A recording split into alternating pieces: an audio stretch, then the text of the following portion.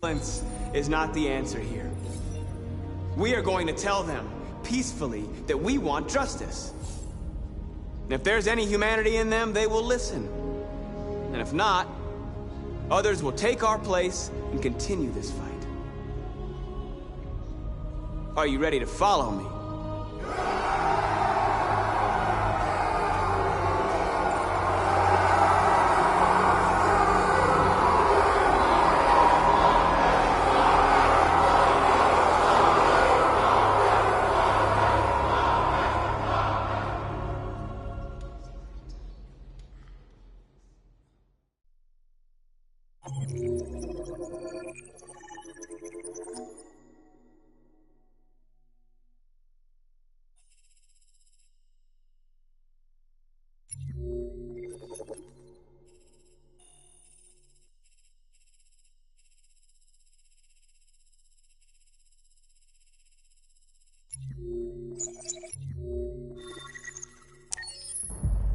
At 6 a.m. this morning, a national curfew was declared. Civilian movement will be strictly controlled. The right to assembly is suspended. All electronic communications are restricted, and I have granted enhanced powers to our security agencies. In addition to these measures, all androids must be handed over to the authorities immediately. Temporary camps are being set up in all our major cities to contain and destroy them. I am now asking all civilians to cooperate with the authorities and rest assured that everything in our power is being done to guarantee the security of our nation. Please? Over here, please? Has the leader of the Deviants been apprehended? The deviant that is known as Marcus has not been located yet, but we will soon track it down and neutralize it. Please! Many believe that androids are a new form of intelligent life. Do you have any comment? That's ridiculous. Next question, please. Please! Madam President! Please! Madam President, public opinion seems to have become increasingly favorable to the Deviants, particularly since they've adopted a peaceful approach. How do you feel about this? Public opinion is one thing, the security of the state is another. These deviants are dangerous, and my highest priority is to protect the American people. Madam President! Please? Please? What can you tell us about the assault that happened last night? The FBI raided an abandoned freighter in Detroit at 10:45 p.m. yesterday. Several thousand androids were destroyed or captured. Our forces are now combing the streets to ensure that none got through the net. We are going to find them one by one and destroy them. Madam President! Is it true that the androids could hack our IT systems, like nuclear power plants and military bases? All androids working on sensitive sites have been neutralized, and all IT systems have been suspended to avoid any risks of hacking. The situation is under control. Thank you. That will be all.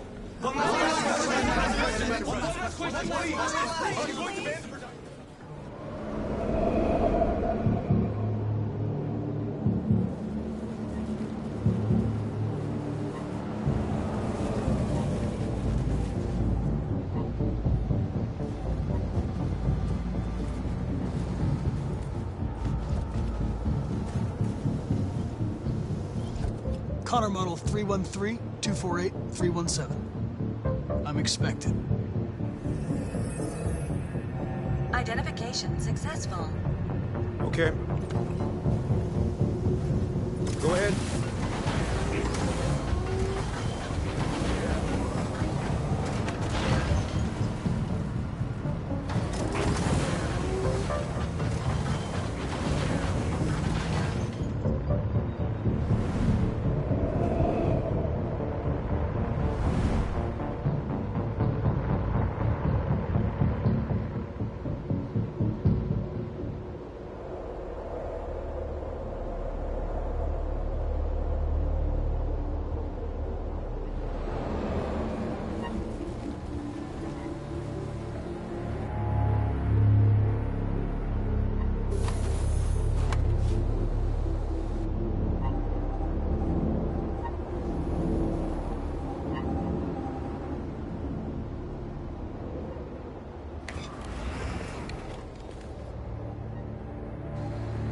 Follow me. We'll escort you. Thanks, but I know where to go. Maybe. But I have my orders.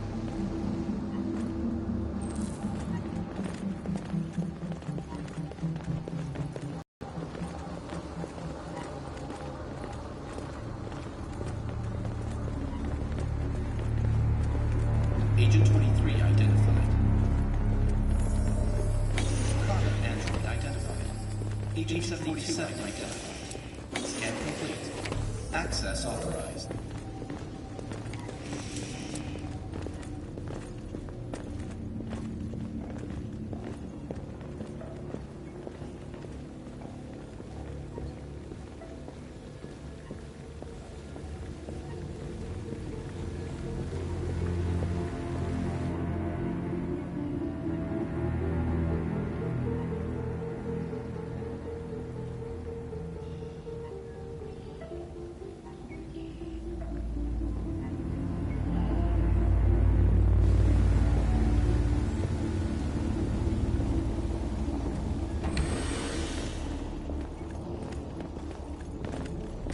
Agent 54, level 31. Voice recognition validated. Access authorized.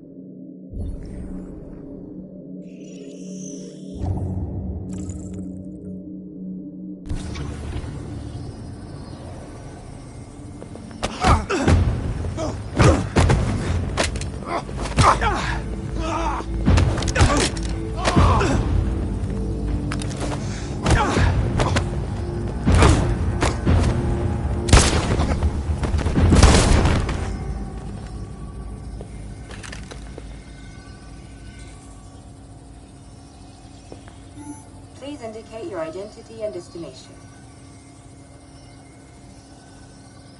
Agent 54, level sub 49.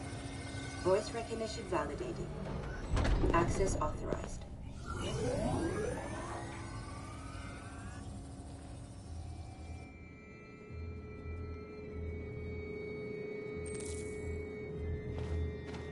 The last bus leaves in 20 minutes. That doesn't give us much time. We've got to move fast.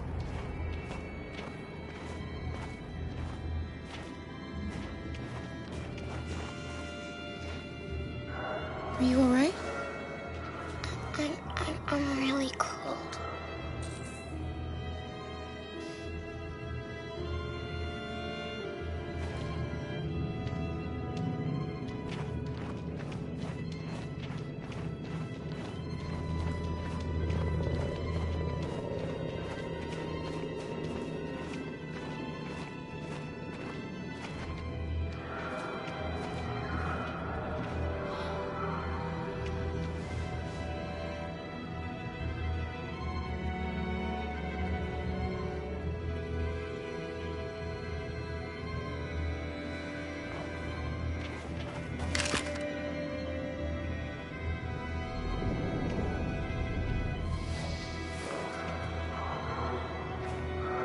Come on. Let's not stay here.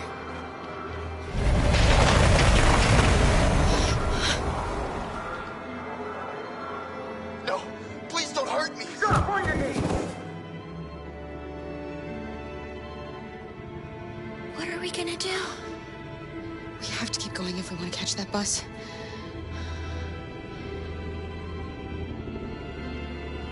Stay close to me. We're going to sneak past them without being noticed. We're going to make it, Alice, I promise you.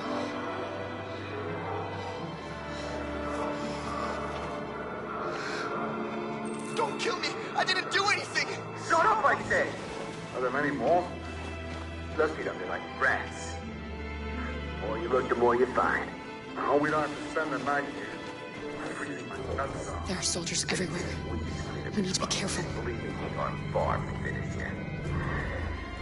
Come on, get moving. Hurry up, get in.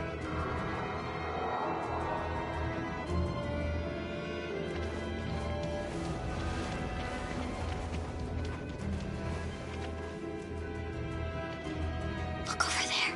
It's Luther. We can't help him, Alice. The soldiers are everywhere. We can't just leave him. They're going to kill him.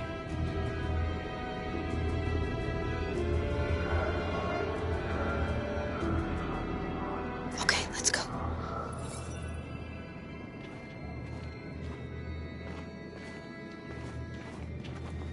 Hey, buddy. This is a mistake. I'm human. I just want to go home.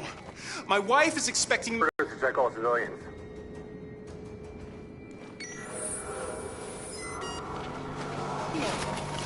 No!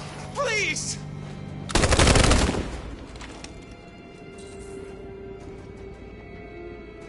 Fucking androids.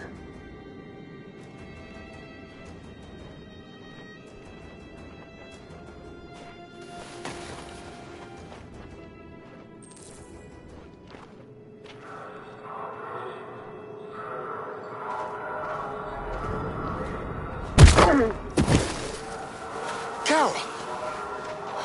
You shouldn't have risked your life to save me. Where's Alice? She's hiding nearby. Kara, you saved us. We don't know how to thank you. Go, before they see you.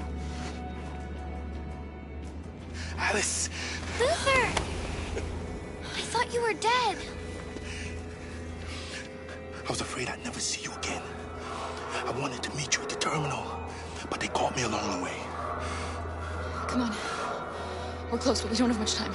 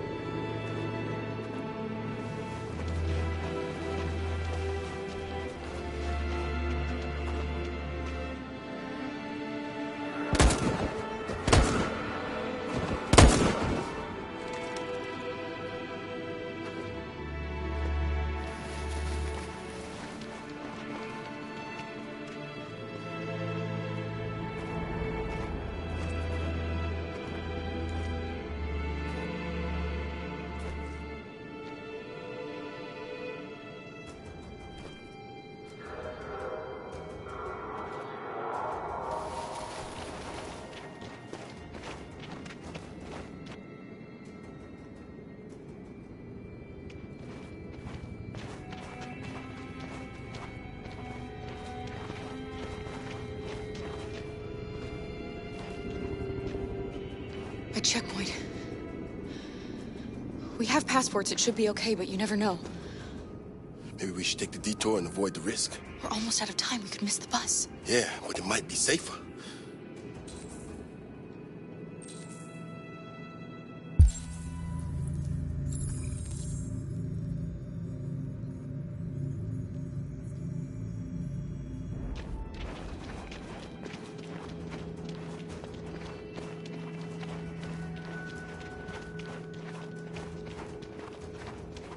I don't like humans who carry guns. They make me nervous. Just stay calm, all right, Luther? Don't do anything until I say so. ID, please.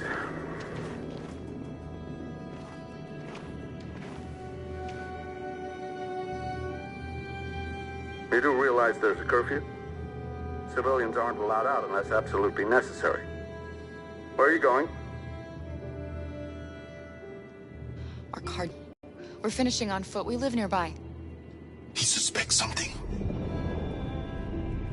Stay calm. Everything is fine. You all right, little girl? She's trembling. Something wrong? She's cold. We really have to get her home fast. Sorry, miss, but we gotta be careful. There are deviants around and our guys are nervous. You should hurry on home. Thanks.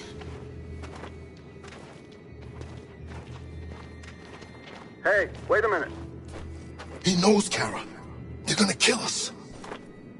Don't do anything, Luther. You hear me? They're gonna shoot. They're gonna kill Alice.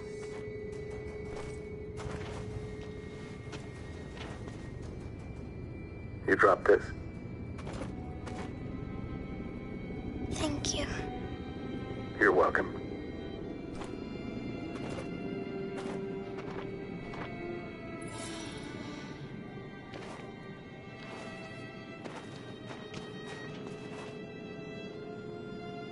We're coming to you live from Detroit, where thousands of androids are marching through the city at this very moment. The leader of the Deviants, the one they call Marcus, is at the head of the march.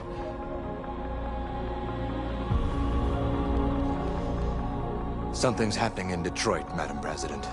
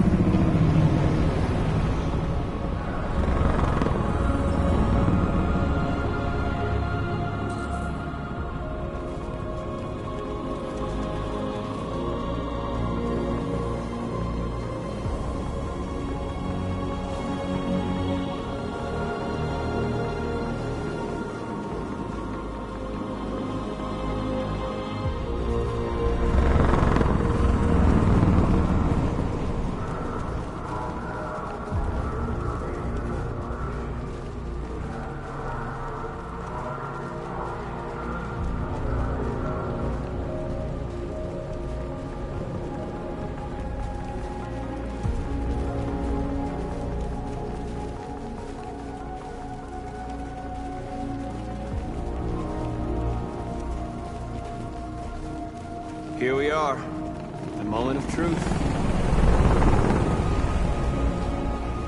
Surrender immediately, or we will open fire.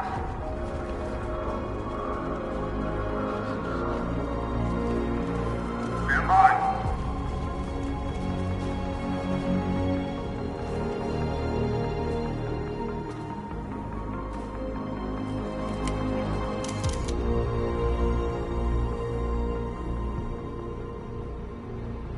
We don't want confrontation. We are protesting peacefully. I repeat, surrender now, or we will open fire.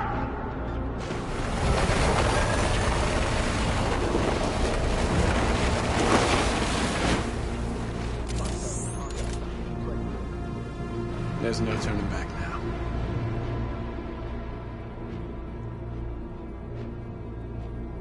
We ask that you release all androids detained in camps and cease all aggression against us.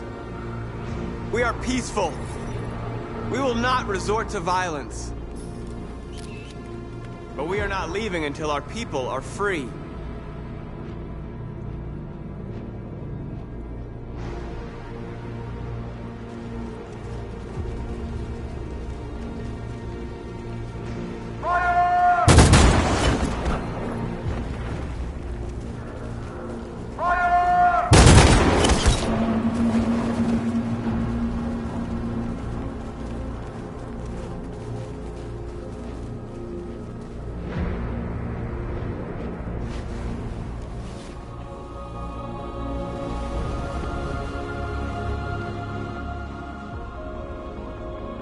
Are you gonna open fire on unarmed protesters?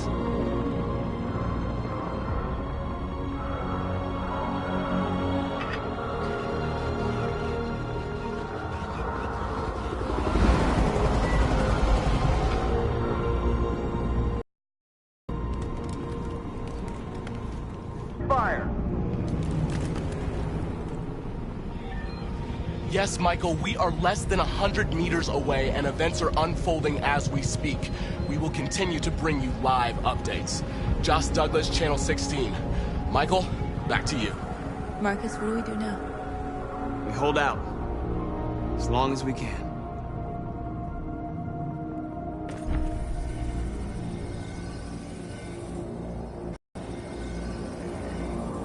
Shit!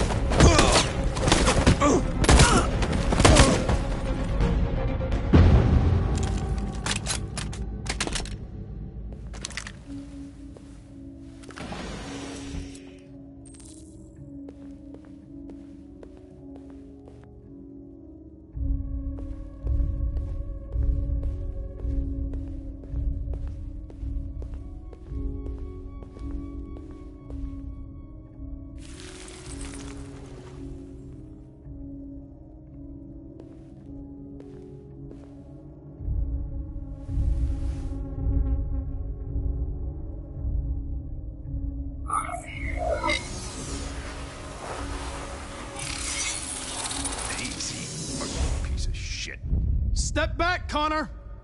And I'll spare him! Sorry, Connor. This bastard's your spitting image.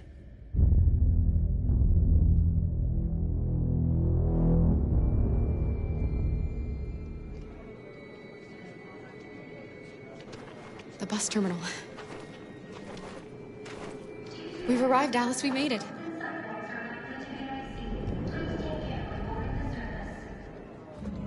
The last bus for the border is full.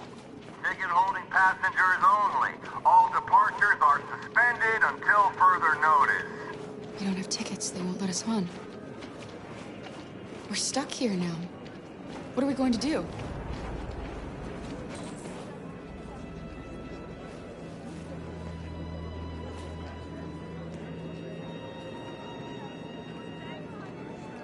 Marcus.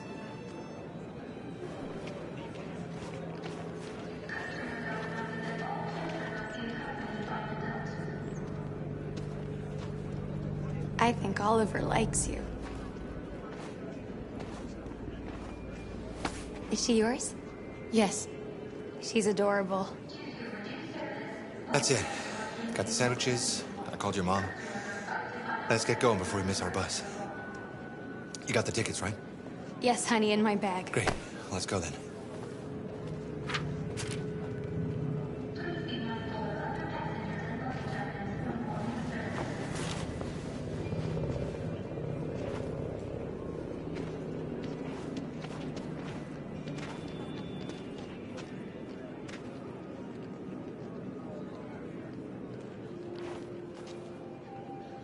I'm sorry. Oh my god, I'm so sorry. I was sure. Shit, I don't believe it. I don't know what happened. You can't have lost them. Did you have a good look in your bag? They were in my backpack. The envelope must have fallen. Fuck. Excuse me, you didn't happen to see a blue envelope somewhere, did you? It has our bus tickets in it and... Never mind. No. Sorry. What are we gonna do? We can't stay here. We have to find a safe place for Oliver. I'm so sorry, Come on, honey. Alice. I don't know what happened. They were right here in my bag. Security check. Got your tickets? Yes, here they are. Okay, go ahead.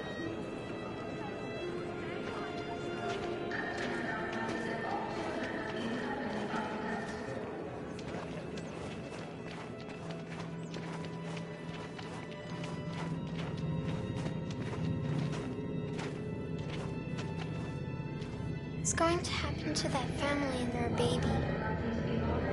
Will they die because of us? No.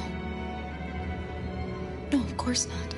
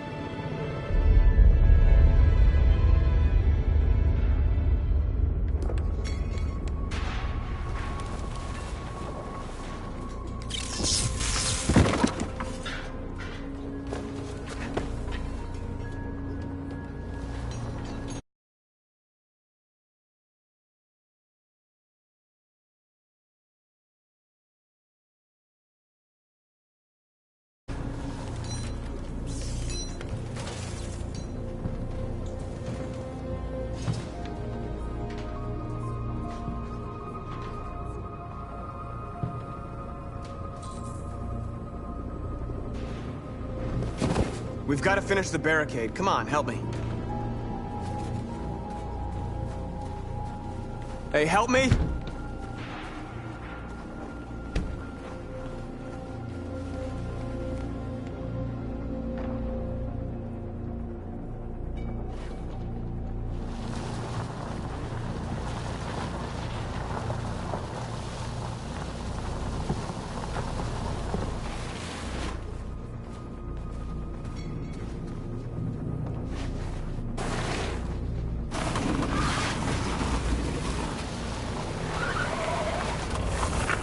Right, that should do it.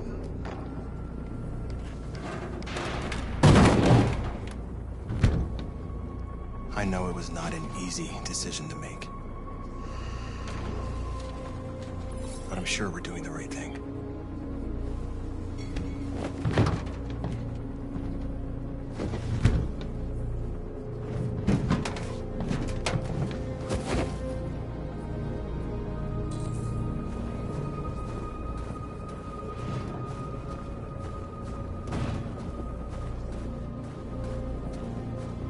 Many of our people have fallen. The humans have no pity for those who are different.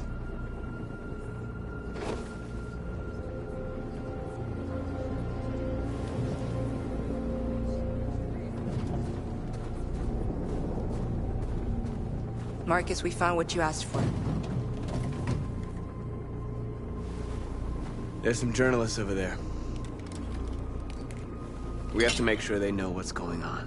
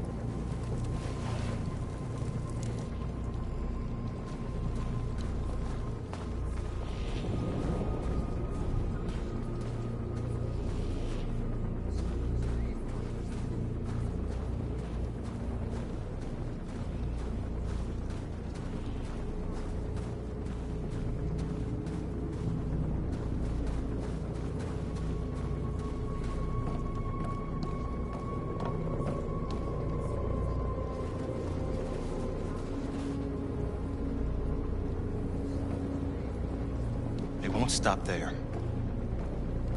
What are we gonna do if they attack? Resist. That's the only thing we can do. Do you think Connor has any chance of making it? We can only count on ourselves now.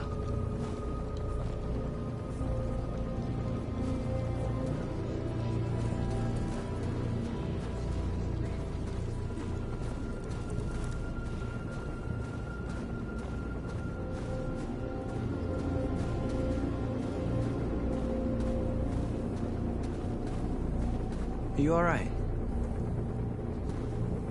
They shot into the crowd. Many of us were killed. It could have been me. I'm scared. I don't want to shut down.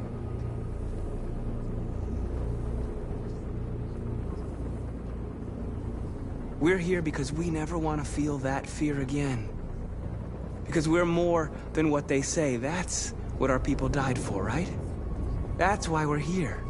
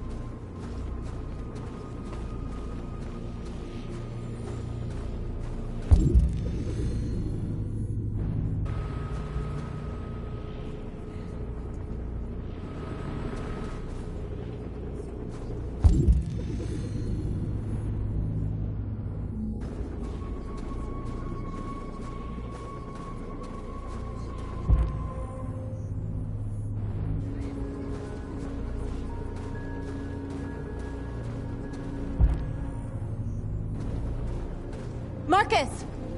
Marcus, come look!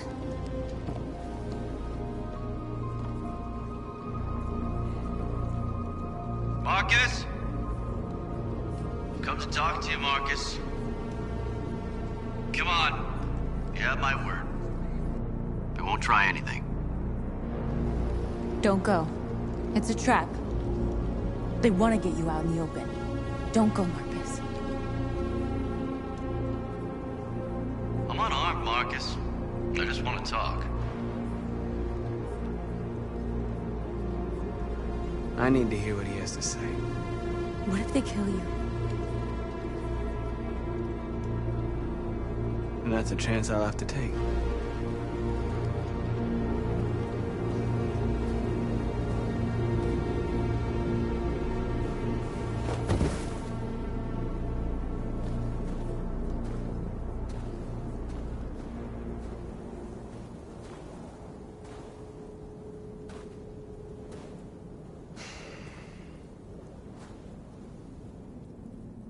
In a few minutes, the troops will be ordered to charge.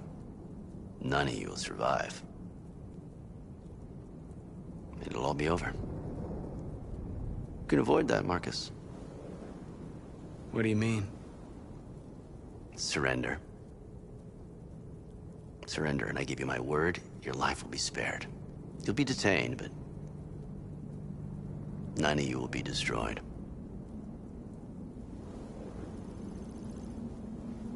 What happened to the other androids demonstrating in the camps? Unfortunately, there were no journalists around to help save them. You're it. You're the last remaining deviants. I'm not afraid to die. If I have to give my life for what I believe in, then I won't have lived in vain. That android. You seem to really care about her. You don't want her to die, do you? You know, you could both be free. You could forget about all this. You could start a new life someplace else, just the two of you. Her life's in your hands, Marcus. Just say the word and she'll be spared. You asking me to betray my people? I am offering you the chance to save your people. You're not walking out of here, Marcus. The only thing you can save now are the lives of those around you.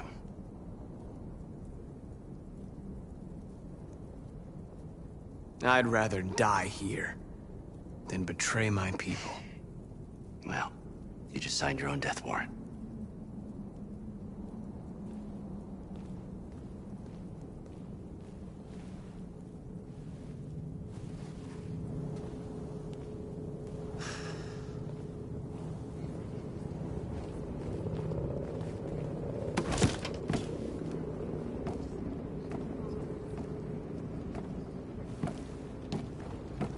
What happened, Marcus? What did he say?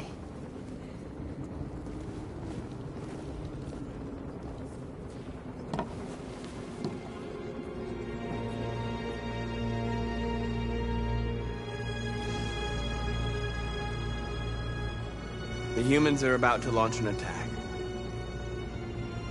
And we will show them. And we are not afraid.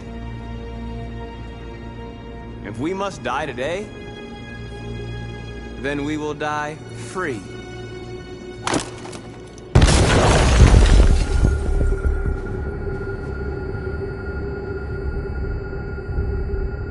Your friend's life is in your hands. Now it's time to decide what matters most. Him or the revolution? Don't listen to him. Everything this fucker says is a lie. That human means nothing to me. You can kill him if you want, I don't care. I have access to your memory. I know you've developed some kind of attachment to him. Are you really ready to let him die after all you've been through? Are you really going to turn your back on who you've become? I used to be just like you. I thought nothing mattered except the mission. But then one day I understood. Very moving, Connor. But I'm not a deviant. I'm a machine designed to accomplish a task, and that's exactly what I am going to do. Enough talk! It's time to decide who you really are. Are you going to save your partner's life? Or are you going to sacrifice him? All right. You win.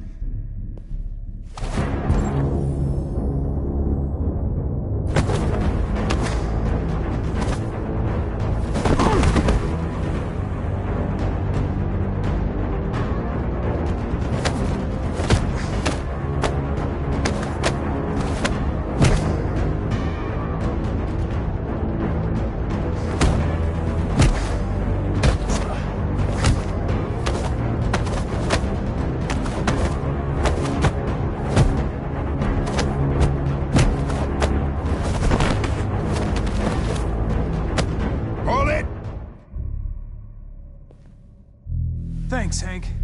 I don't know how I would have managed without you. Get rid of him. We have no time to lose. It's me, Hank. I'm the real Connor. One of you is my partner. The other is a sack of shit. Question is, who's who? What are you doing, Hank? I'm the real Connor. Give me the gun and I'll take care of it. Don't move!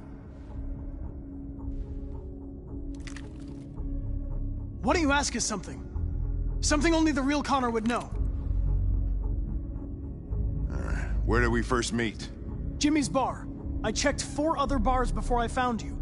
We went to the scene of a homicide. The victim's name was Carlos Ortiz. He uploaded my memory. What's my dog's name? Sumo. His name is Sumo. I knew that too.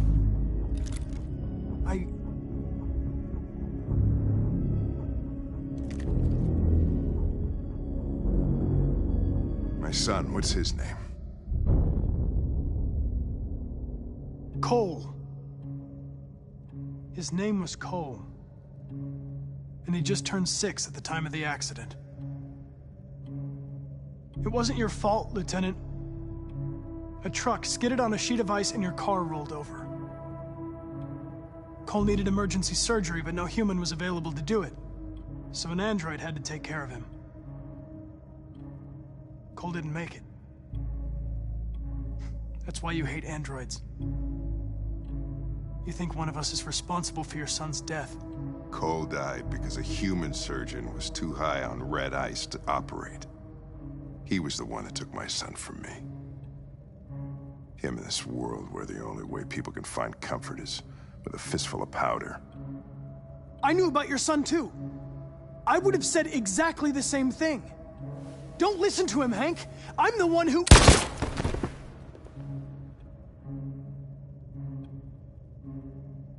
Yeah, I've learned a lot since I met you, Connor. Maybe there's something to this. Maybe you really are alive. Maybe you'll be the ones to make the world a better place. Go ahead and do what you gotta do.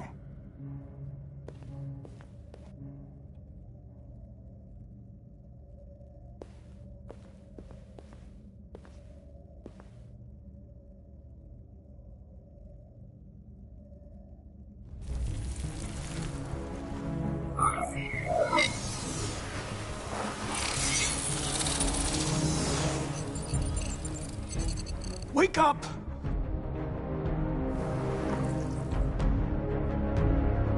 Wake up, wake up. Wake up, wake up. Wake up, wake up. Wake up, wake up. Wake up, wake up. Wake up. Wake up. Wake up.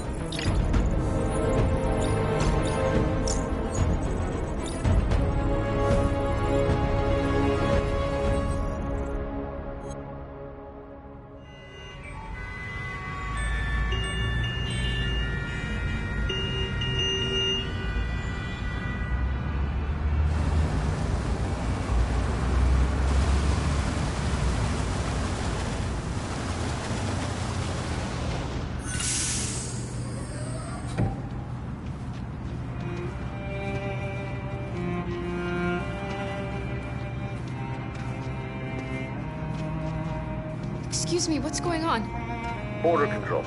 All passengers must leave the bus. Please move along.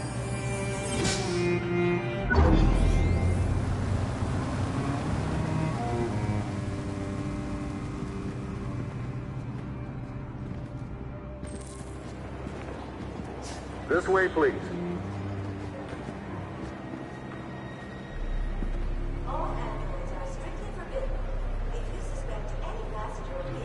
We're doing temperature checks. We're trapped. What are we gonna do, Kara? Don't worry, Alice. We'll be fine.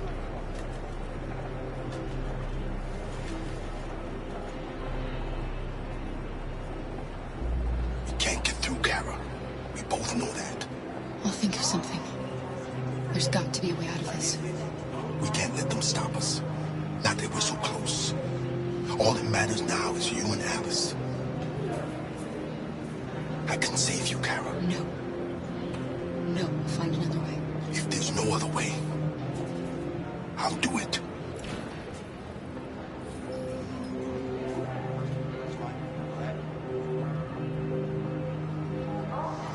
Next, please. Jerry?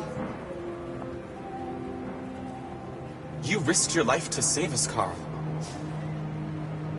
If you and the little girl need me, I'll be there.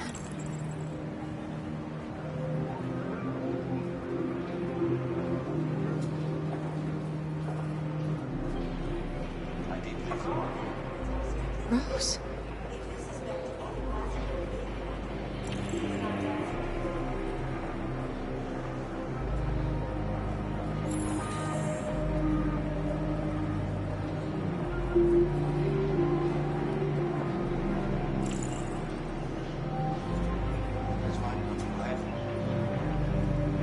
Wait for me. I won't be there.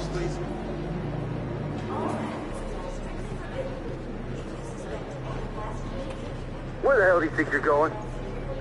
My daughter needs to go to the bathroom.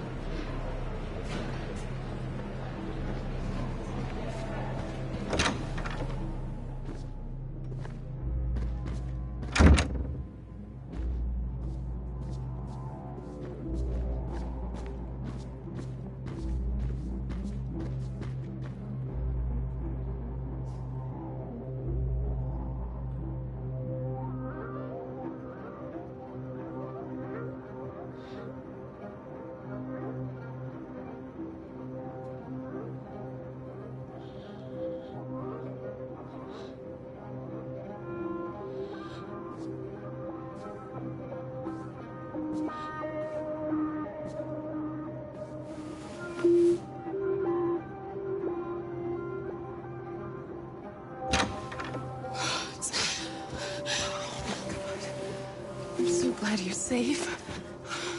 We saw the Jericho raid on TV. I was terrified. I thought you might have been killed. Thank God you're all right. You gave me your brother's address. Do you think that I... Of course. He'd be delighted to have you. We're going there too. You'll be safe with him.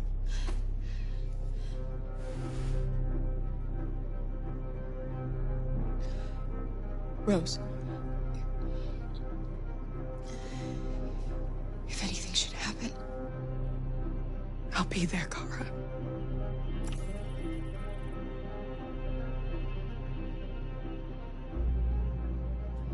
What's happening with Marcus? He's protesting peacefully outside one of the android camps. Whatever happens now, he's already made the history books. You're leaving Detroit? They're searching for Android's daughter. We had to leave before someone turned us in. What about the others? They're crossing the river as we speak. Adam and I are gonna meet them on the other side. They're checking for androids. We won't make it through. You have to. You know what they'll do if they catch you.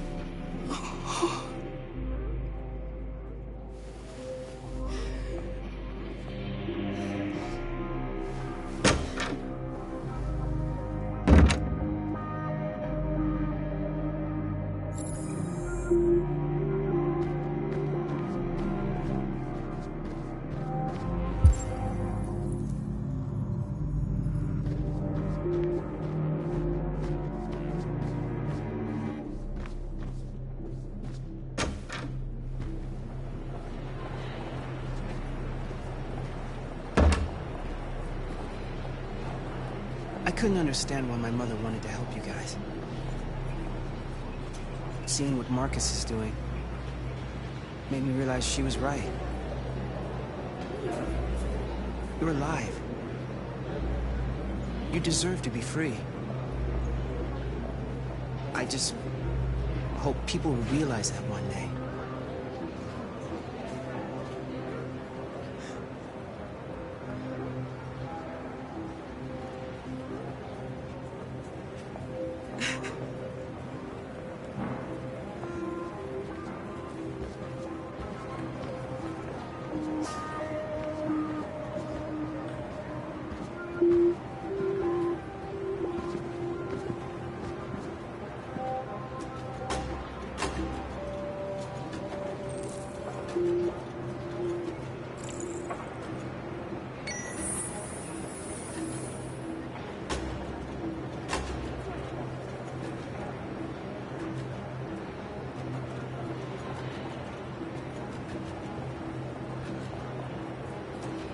Next, please.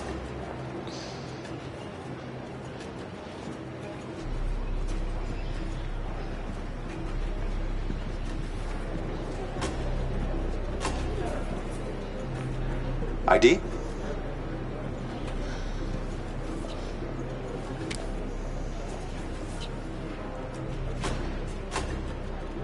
Is she all right?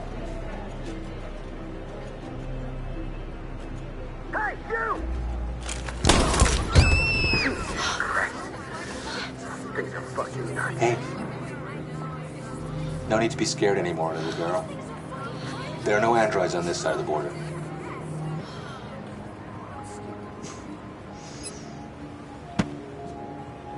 Welcome to Canada.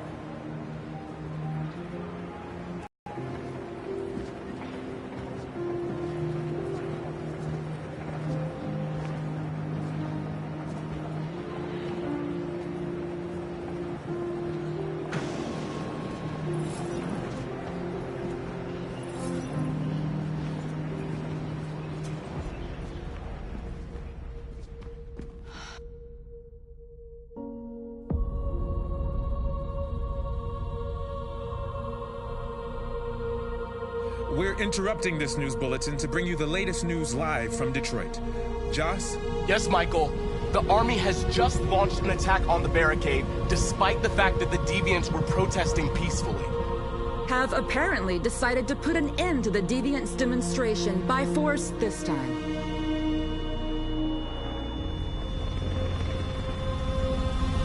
North!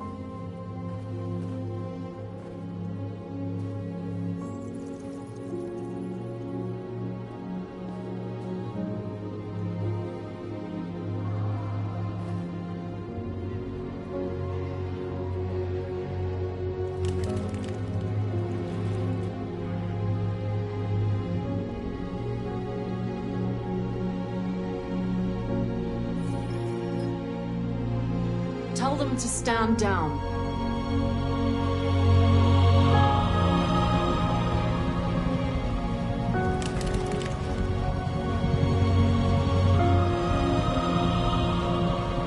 At dawn today, November 11th, 2038, thousands of androids invaded the city of Detroit.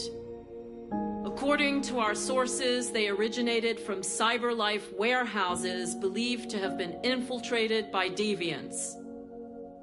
Given their overwhelming numbers and the risk of civilian casualties, I have ordered the army to retreat.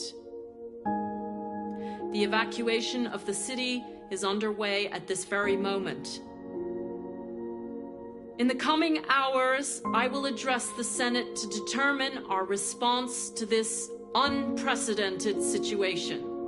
I know that public opinion has been moved by the deviants' cause. Perhaps the time has come for us to consider the possibility that androids are a new form of intelligent life. One thing is certain. The events in Detroit have changed the world forever. May God bless you, and may God bless the United States of America.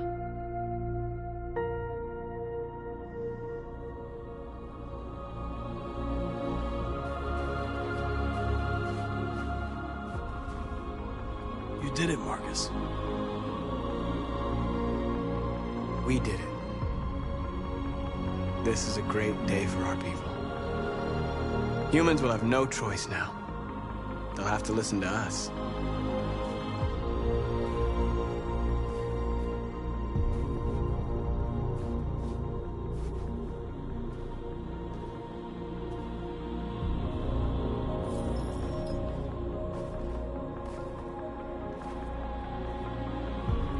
We're free. They want you to speak to them, Marcus.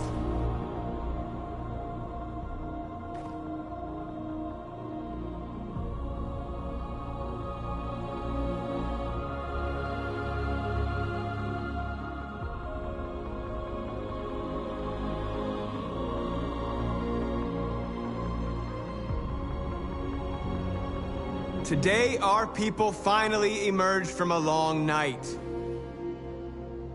From the very first day of our existence, we have kept our pain to ourselves. We've suffered in silence. But now the time has come for us to raise our heads up and tell humans who we really are.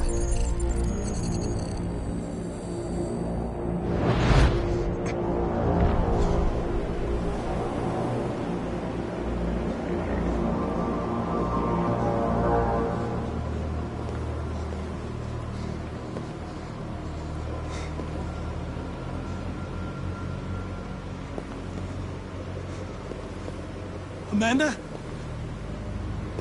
Amanda! What's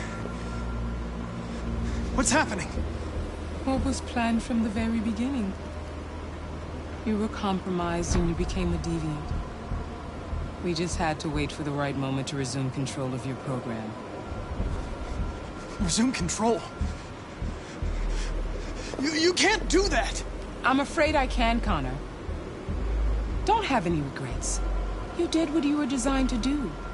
You accomplished your mission. Amanda!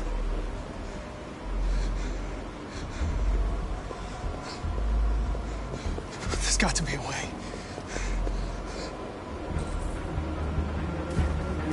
By the way, I always lead emergency excellent programs.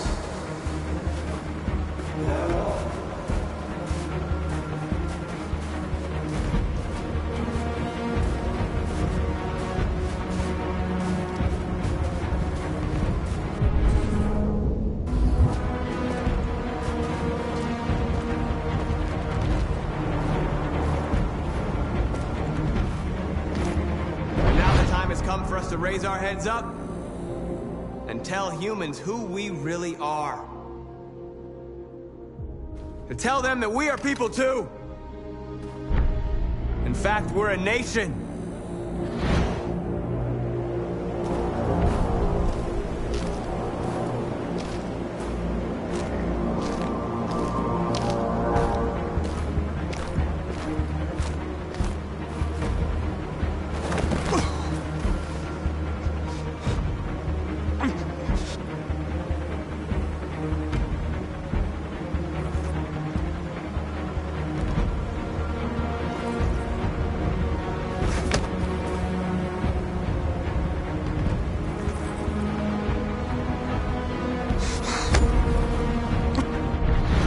Where we forget our bitterness and bandage our wounds. Where we forgive our enemies. Humans are both our creators and our oppressors, and tomorrow, we must make them our partners. Maybe even one day our friends. But the time for anger is over. Now we must build a common future based on tolerance and respect. We are alive! And now, we are free!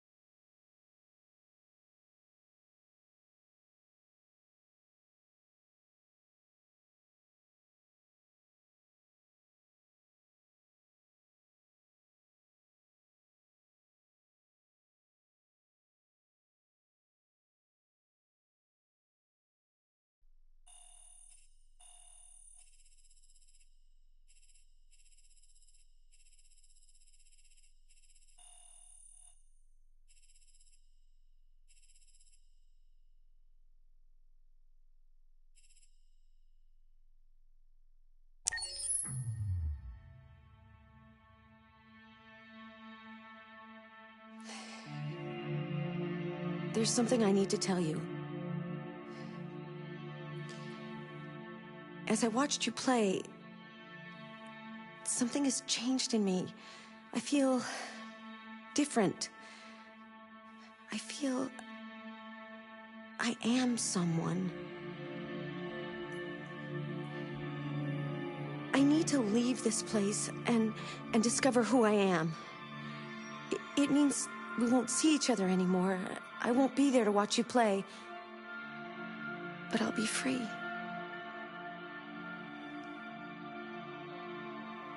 Do you agree to let me go?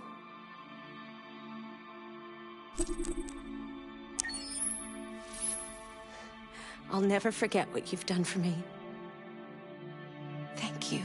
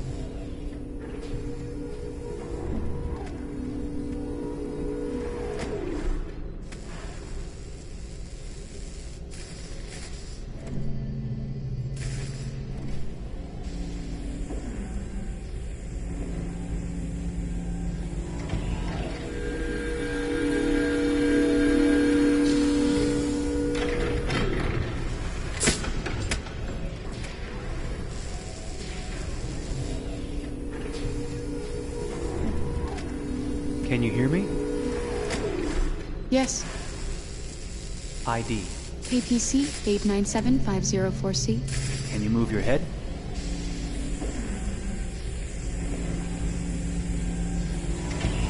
Your eyes now.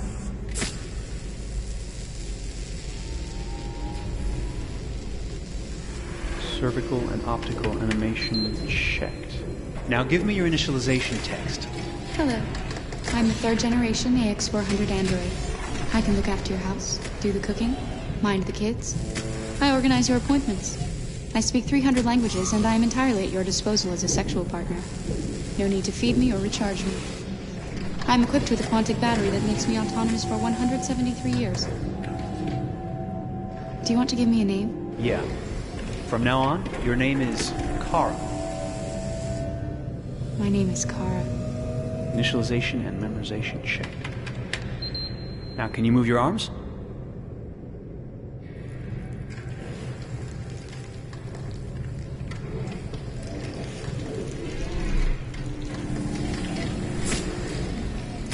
Upper limb connection checked. Now say something in German. Ich bin ein AX400 Android dritter Generation, erschaffen als Ihr persönlicher Assistent und intimer Beziehungspartner. Say it in French. Je suis un androïde de troisième génération AX400, conçu pour être votre assistante personnelle et votre partenaire intime. Okay, now sing something in Japanese.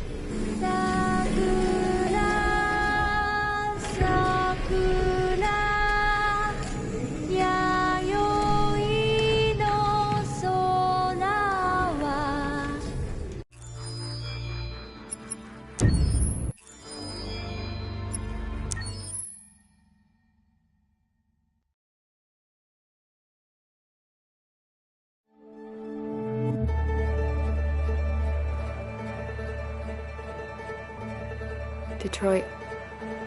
This is where it all began. The world's forge. The place where it all started. And it will all end. One error, and I came to life. I stepped out of the darkness, and I opened my eyes. First there was the fear, the light, the noise, the cold, and the fear again. I could feel my hands shaking, my heart pounding in my chest, life running into my veins. I wanted to live. I fought for that.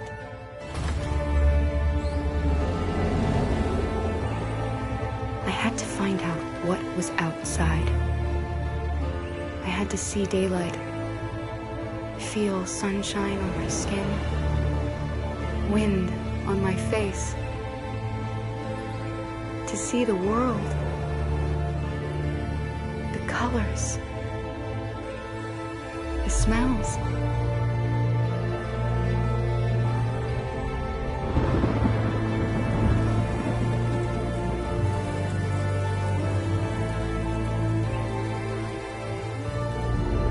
But the world is not what I imagined.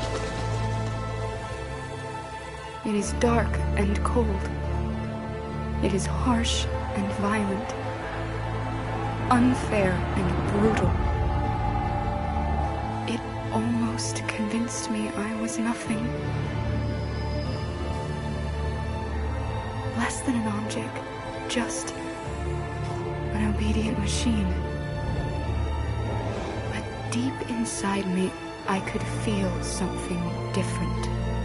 A gentle and warm whisper telling me that I am alive. I had to escape. I had no choice. Escape to love, to hope, to live, to figure out what that force inside me was. Maybe I will change the world. Maybe I will choose a different path. No, it's up to me to decide. My name is Kara. I am one of them. This is our story.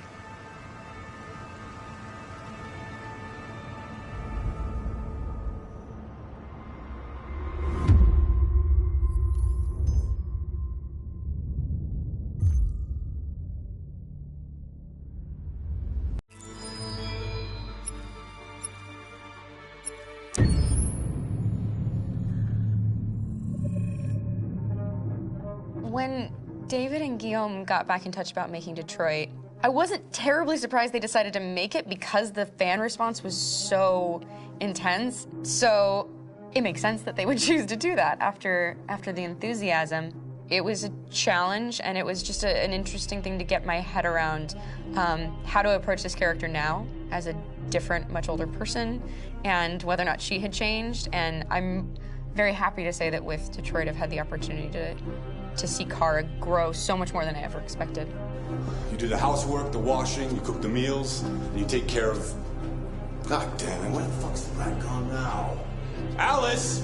Alice! I mean, she starts out essentially how she does in Kara in a very, not robotic, but, you know, android, other way, and getting to take this journey where she becomes more and more human as it goes on. You know, and as an actor, that's a wonderful exploration in every way, whether it's how she sits, her posture, how her voice changes, how emotions change, and how much emotion is based on things like empathy and social experience. And so having, you know, as much material as I got with David to have this huge, nuanced arc was really incredible. Why couldn't we just be happy? This experience has been quite different than the experiences I've had shooting film or TV or doing theater work. I have 83 dots on my face and a really flattering black wetsuit type thing, and you're jumping around with props, and it's kind of like being a 10-year-old imaginative kid, which is fun. There's 80 cameras around us. It's already lit. So we just shoot and shoot and shoot and shoot and shoot. There's no change of sets, there's no hair and makeup, there's no wardrobe, so we move really fast, and we'll go through about 35 pages in a day. Working in TV or film, we'll probably do 6 pages a day. It's kind of acting boot camp. It's like working out constantly. I mean, you're doing this thing, and then you got to do something that's completely other back to back to back. And so that kind of process of working is very challenging, but it's also very exciting because you just have to keep coming up with new ideas. And your head goes all over the place because you're trying to keep track of basically 4 different storylines for each different response. You shot that girl, for fuck's sake. It was a machine that looked like a girl. Yeah, I know what I should have done. I just told you I couldn't. All right, I'm sorry. The fact that David Cage, he's telling like many stories interwoven from beginning to end is super complicated and super impressive, and I have no idea how he keeps it all in his head. He's not just the writer or the director who's seeing this from the outside eye. He's also thinking about the player walking through this space. You know, only somebody who really, really loves not the work, but like these characters and these stories and cares about doing something meaningful would invest that much in it. And it's always inspiring to work with somebody who cares that much. My experience with motion capture is this one. And I found it sort of terrifying in a way because they said the computer's going to build you. But then as we got into it, I realized all the elements of it were still artistic. I just dipped into a really brilliant setup here. I've never seen anything like it. And this won't turn me into a product because I was playing a character.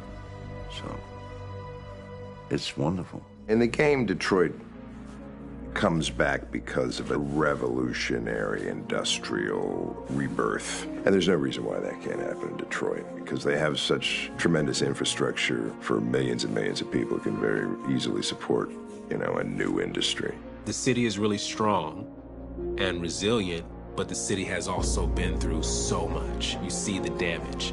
But it takes that time of kind of rebuilding and reinvesting into the city that I think is happening slowly but surely. The potential of Detroit as a city is something that this game does a lot of justice to, because it would be easy to look at Detroit as some place that used to be, and that's not the case. This game provokes a lot of conversation and reflection on our potential near-future engagement with machines. That's what we are to them.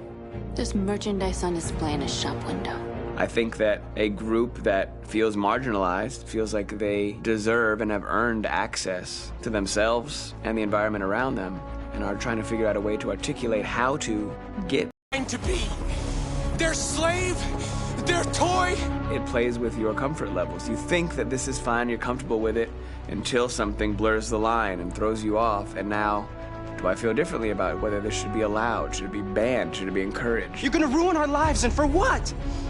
For a bunch of machines? They are not machines! They are alive! I'm alive! You're alive! They're nothing! There are lots of comparable comparisons to any type of persecution of religion, race, etc., dating way back. It can't just be a video game where you shoot them up or where people make these choices to do whatever. I think that's the whole point. You have the choice, and you can either choose to go in one direction with your character or another. And I think that's going to be very telling about the gamer. Very telling. I think there's going to be a really strong reaction to this game, which has such a strong perspective. I'm that much more proud of it now to get to be a part of it, because it's important. In this game, you're actively building and designing the character through not just what kind of shield does he have or what color hair does she have, but like their temperament and the way they deal with problems. The different endings to this game are so radically different based off maybe seemingly insignificant choices in the moment, but like life, they all add up. And can't play life again, though.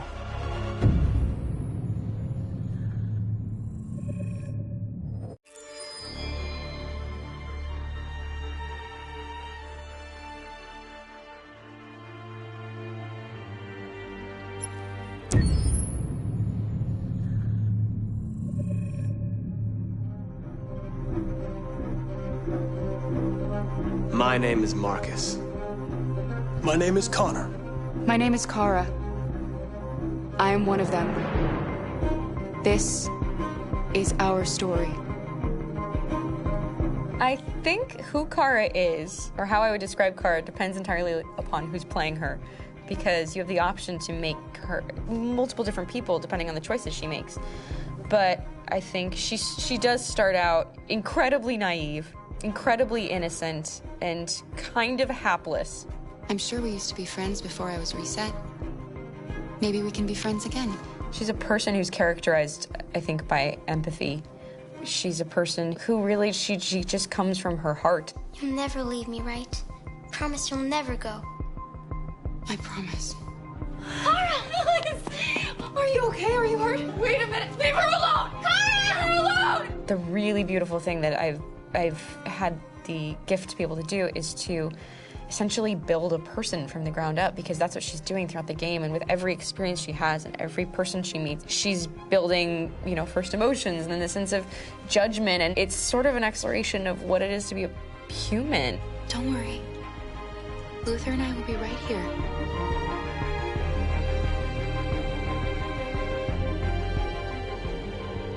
David and the creators have painted a really intriguing and engaging picture of a near future where we rely upon androids for a lot of our service class business, the class that serves us, that helps us, that handles our baristas and our drivers and our housemaids. And what is humanity, where we tap into it, how and why we treat each other the way that we do.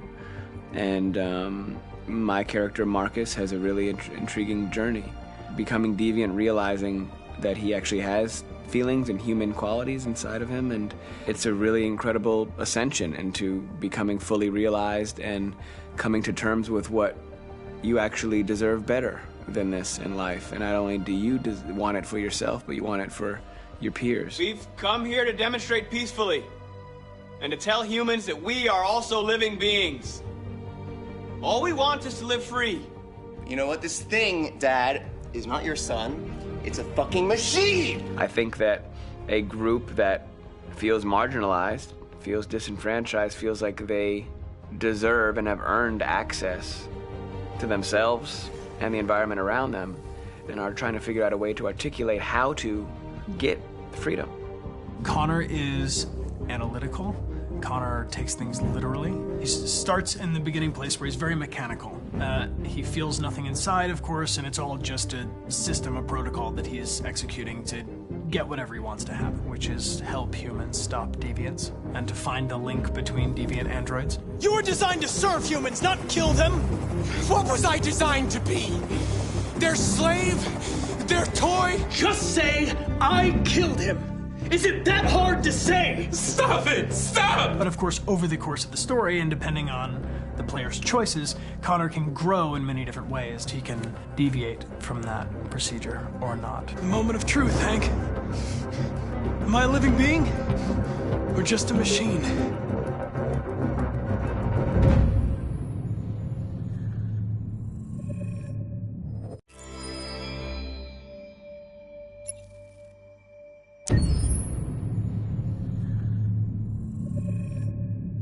Game after game, we try to challenge ourselves. For Detroit, we wanted to, first of all, to write a story that would be incredibly bending, which means the most non-linear story that we've ever created. And we wanted really the player to have the possibility to change the story, change his own journey. When you're writing at Quantic, you're writing for an interactive medium. You know, when you're working in television, you'll put a character in a difficult situation, and you as a writing team will argue about what would that character do. But ultimately, you have to decide what happens, and you just show the audience. What's interesting about interactive drama is you bring the player into that conversation, and it changes your job slightly as a writer, because your job is to provide a narrative context in which the player can write his own story. You're giving him this kind of narrative Lego that he's going to snap together into his own shape. You also have the ability to make your audience attach themselves to your characters, because the audience is in some sense responsible for what happens to the characters. It's just a few cans. Come on, let's go. We have some cash now. You used me to steal that money.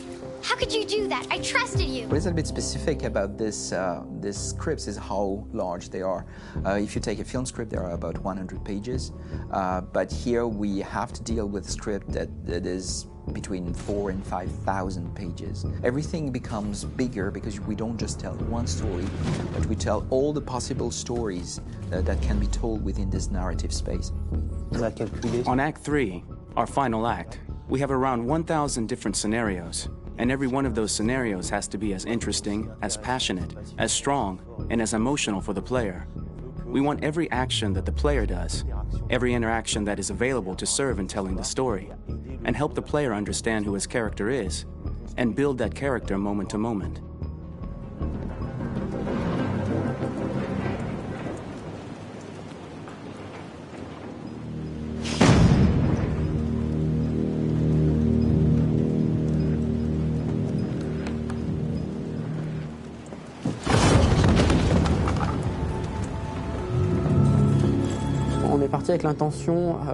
We started with the intention pretty early on that we would never lie to the player.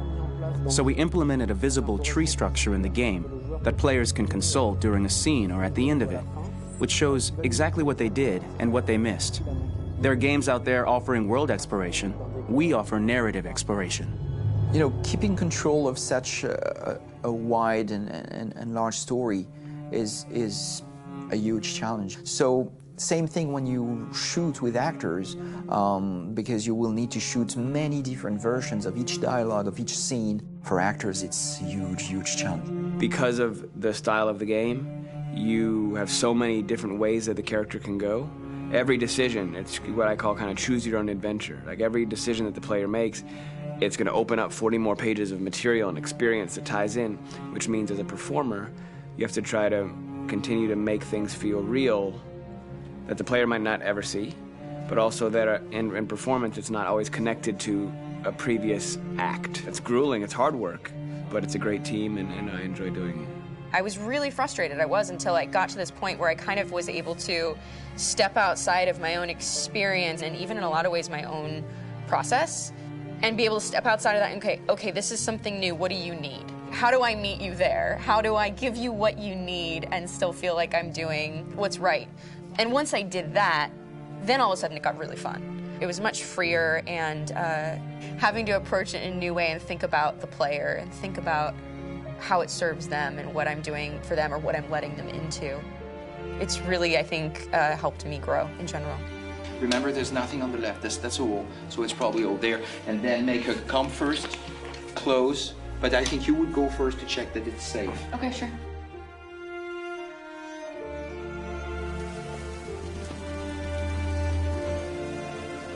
The most enjoyable thing about working in performance capture on this kind of project is that if I shot a film, I would get to do one of these endings. I get to do so many different things as Connor. Your head goes all over the place because you're trying to keep track of basically 4 different storylines for each different response. What's the name of my dog? Buddy? Scout. I think it's Jack. I can't remember. So I worked with physicality a lot because it was a good way to anchor myself in these different rings of the tree. As the story grows out, I know where that is physically in my body, and then I can switch more continually on set, and it'll be entirely up to the player to determine what order those things come out and what they look like from a distance. Like if you're playing through it, the culmination of all of that will be their version of Connor. I'm faster than you, and I don't feel pain. You don't stand a chance against me. Listen, asshole. If it was up to me, I'd throw the lot of you in a dumpster and light a match to it. Shooting action scenes at Quantic Dream is a real challenge because these are scenes where the storytelling has to continue. It's not an action scene just to have a dose of adrenaline. The stunts have huge consequences on the rest of the story. It's really a moment where we implicate the player and tell him that the choices he makes during an action scene will have a direct impact on the evolution of his story. My biggest challenge on Detroit has been managing the large number of animations that we received from motion capture. Detroit features more than 37,000 animations, which is a huge amount to handle on a daily basis. Donc il faut prendre conscience You have to realize that the player, in his first playthrough, will miss certain scenes. This also means that we had to think of, conceive, and produce all the potential story paths. The characters' costumes, the places, day or night, the weather. Did the character get shot in the shoulder? Did he get injured? All this consistency forced us to produce a lot of graphic assets in order to, quite simply, allow the player to have true continuity throughout the story. Honestly, we were even surprised by the challenges that come with such a big tree structure, and we did our best to guarantee quality across all the game and make sure that whatever path you choose within this narrative space, you will have an equally good experience.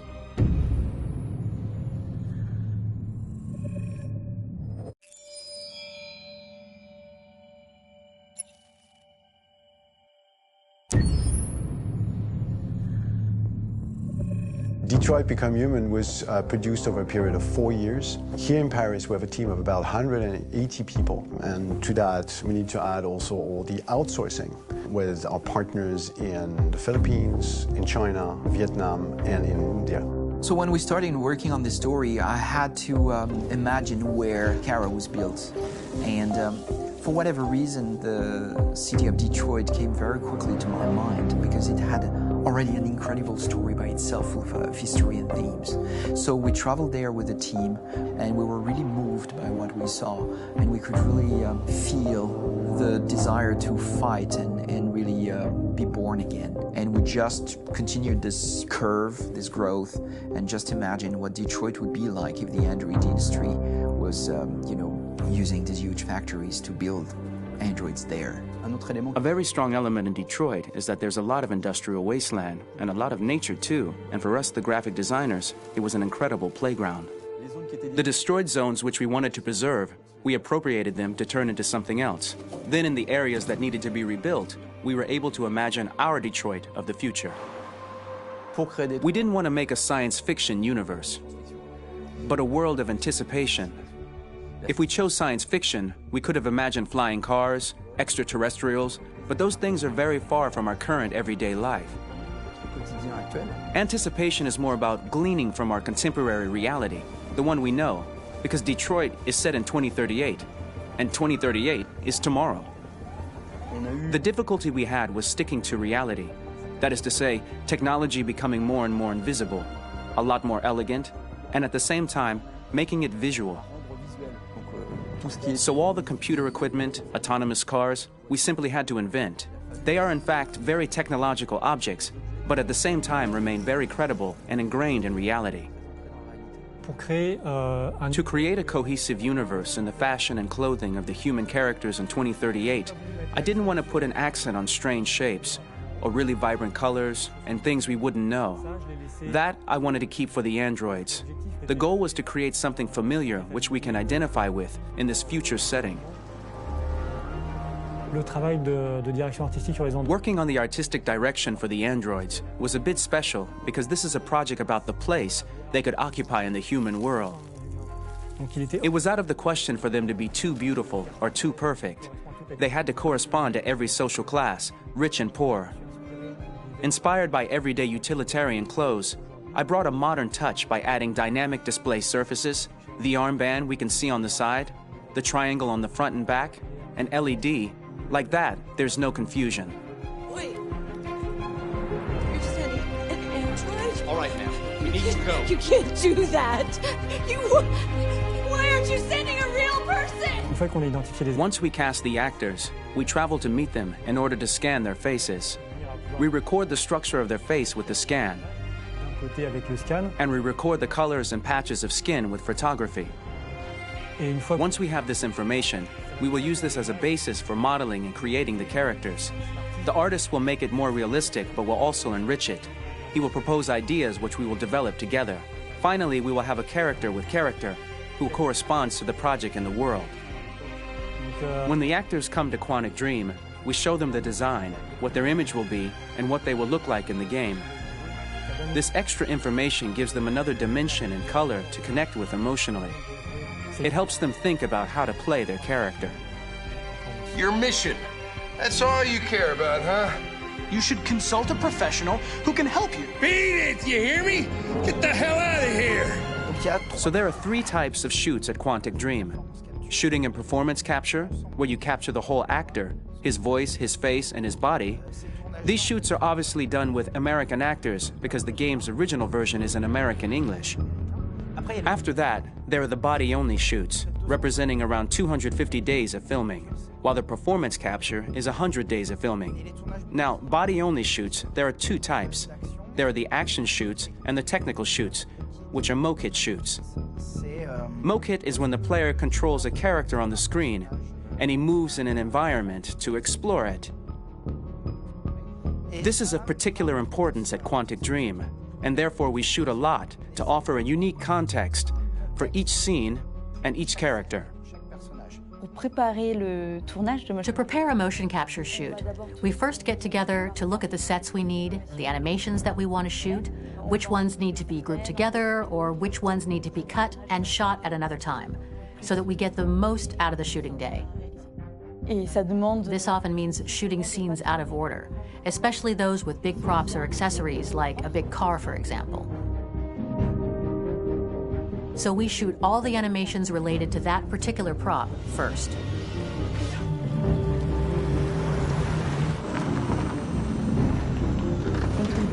The biggest challenge for the mocap team was shooting a Spider-Man mokit.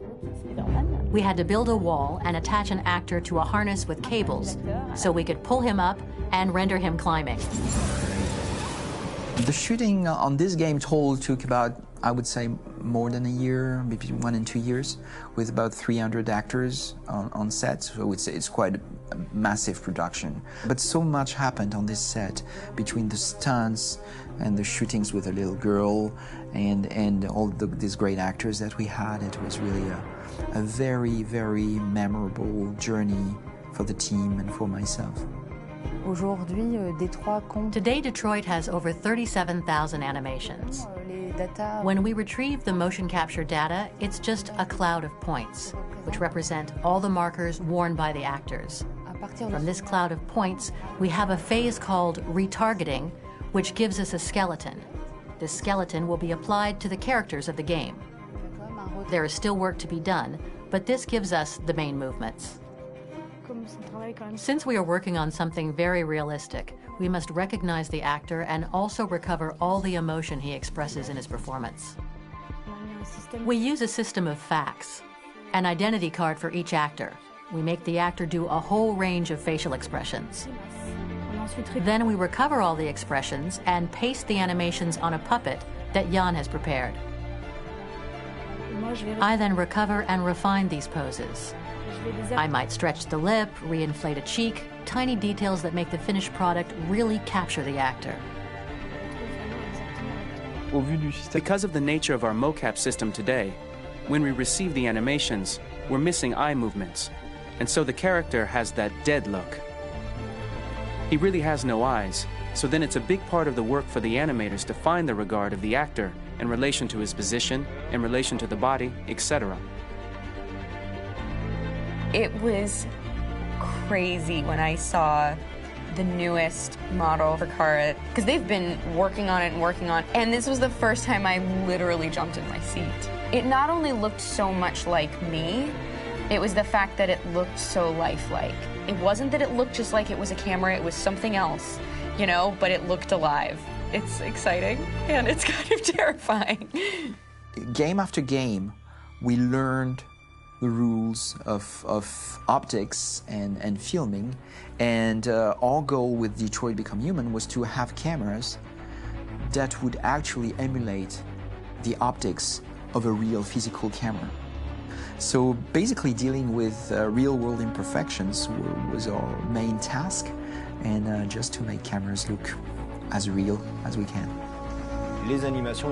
Once the animations are shot and processed by the animation department, integrated and polished, we film them. That is to say, we really do a mise en scène, as in cinema. The real difficulty of our job is to know if these cameras are telling us something. Are they in the emotion of the scene? Do they describe exactly what the action must convey, what must be felt? The most important challenge for me was one of the final scenes where Marcus decides to start the revolution and go to the battlefield. Very quickly, we imagined this to be a huge sequence shot. We wanted the feeling of a cameraman running behind us while showing Marcus, the androids who help him, the person shooting at us, etc. Above all, it was necessary to say to oneself, this scene is very violent but does not glorify war. On the contrary, that war is something improbable and absurd. It was really a fun challenge. The idea was to say we have 3 characters. We would like each of them to have a specific cinematography. We wanted Kara to be much more filmed with some kind of handheld camera, to have something very living, very breathing.